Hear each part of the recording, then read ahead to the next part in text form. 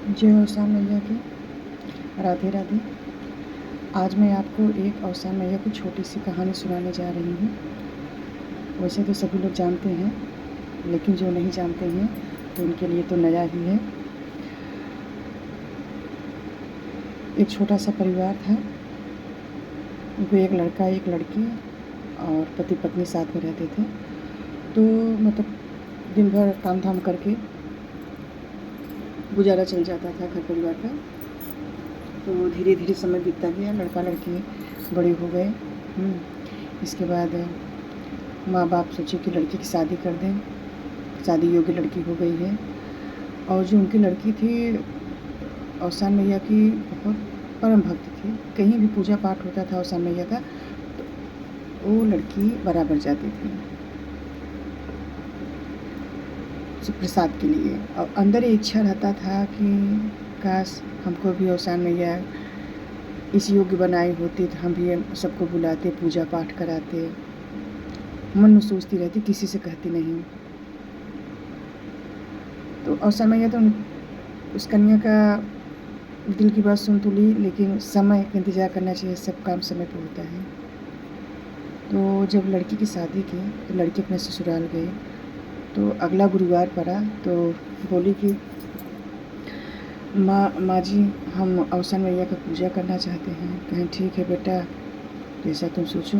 तो जैसे मायके में गरीब थी तो वैसे ससुराल में भी जानते हैं गरीब को ज़्यादातर गरीबी घर मिलते हैं। वो तो नसीब वाले होते हैं जिनका जीवन बदल जाता है, क्योंकि पैसे वालों को पैसे वाले ही पूछते हैं। तो सास बोली कि ठीक है बेटा, अब कुछ है नहीं, जो जैसे समझो वैसा करो। जो घर में है जानती हो, कोई छुपा तो है नहीं। कहें ठीक है माता जी।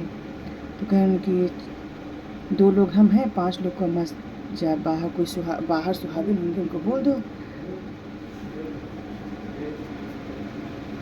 तो गुरुवार का दिन आया, 5 सुहागिन आ गए। इसके बाद बीच आंगन में गोबर से लिपाई करके पूजा का माला, फूल, चौकी, ढलकी, गौरी, गणेश जो भी था सब सजा बजा दी। सब लोग बैठ गए, सबके लिए आसन बिछा दी। इसके बाद खुद बैठी, सास भी बैठी। तो बोली कि पूजा स्टार्ट करो। अब बेचारी बैठी तो है, लेकिन अंदर में सोच रही हैं जो सुहागिनें आए वो लोग क्या सोचेंगी क्या नहीं सोचेंगी, हमारे पास तो कुछ है नहीं।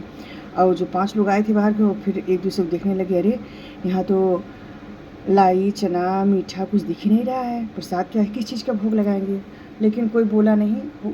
मन में सोच रहे थे कि हो सकता है कि अलग अलग जगह कुछ अलग अलग ढंग से करते हैं।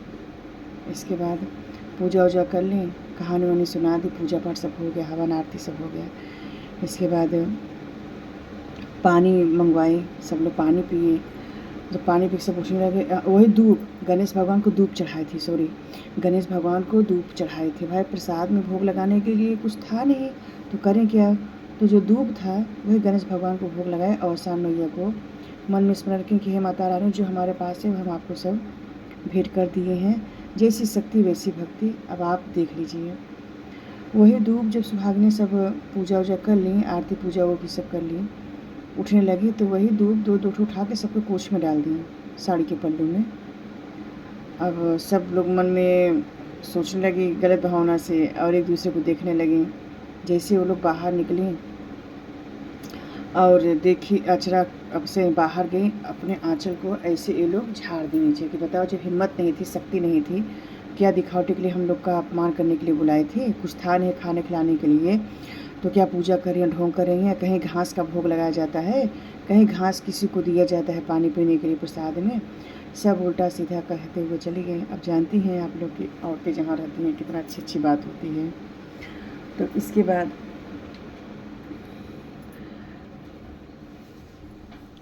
इनकी सास बोली कि बेटा दूब का क्या करें। कहें कि अम्मा आँचल में बांध लीजिए 2 गांठ देके। तो सास भी बांध ली, बहू भी बांध ली। इसके बाद जब शाम हो गया तो बोले बेटा अब इसका क्या करें। कहें अम्मा, जहाँ पूजा हम लोग करते हैं वहीं रख दें। अम्मा भी वहीं रख दी और बहू भी रख दी वहीं पे। और दूसरे दिन जब गई देखी, वो धूप की जगह जानते हैं क्या था, सोना था, सोना। धूप की जगह सोना था। अब सास बहुत खुश हो गई। सास दौड़ते दौड़ते, अरे बहू, कहना हाँ क्या हुआ माँ जी? कहना अरे जो हम दूब रखे तो दूब नहीं दिख रहा है, वहाँ पे जहाँ हम रखे तो वहाँ पे सोना दिख रहा है, और जहाँ तुम रखे थे बेटा वहाँ पे सोना दिख रहा है। कहना माँ अवसान मैया की कृपा है, अवसान मैया ने हम लोग के ऊपर कृपा किया है माई। हे अवसान मैया आप जहाँ हैं हम लोग को देखिए, हमारी रक्षा करिए, हमारे दुखों को हरिए आप। और यहाँ पे जो 5 लोग थी गई थी बाहर आँचल झाड़ के, उन लोग के यहाँ जानती है कहीं पति बीमार है, कहीं बच्चा बीमार है, कहीं कुछ परेशानी, मतलब कुछ छोटी-छोटी परेशानी आने लगी। भाई कितना भी हो तो माँ का अपमान है, और माँ से ज़्यादा अपमान जो भक्त होते हैं उनका है ना। वो तो अपने भाव से बुलाए थे उन लोगों को, लेकिन वो लोग भाव से नहीं आए थे।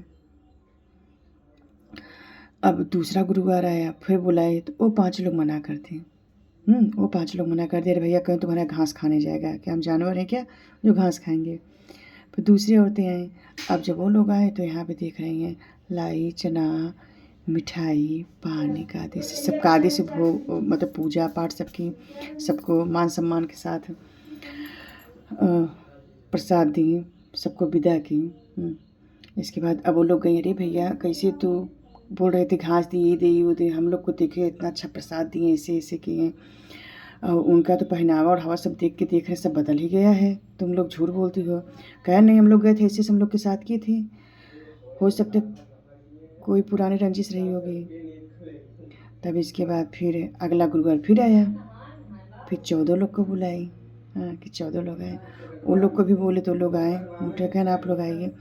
तो जब आया तो बोले बताओ ऐसे हम लोग क्या किए कि हम लोग तुम्हारे यहाँ से जब से गए हैं तब से हमारे यहाँ कुछ परेशानी आ रही है, क्यों या तो तुम कुछ कराए धराई हो?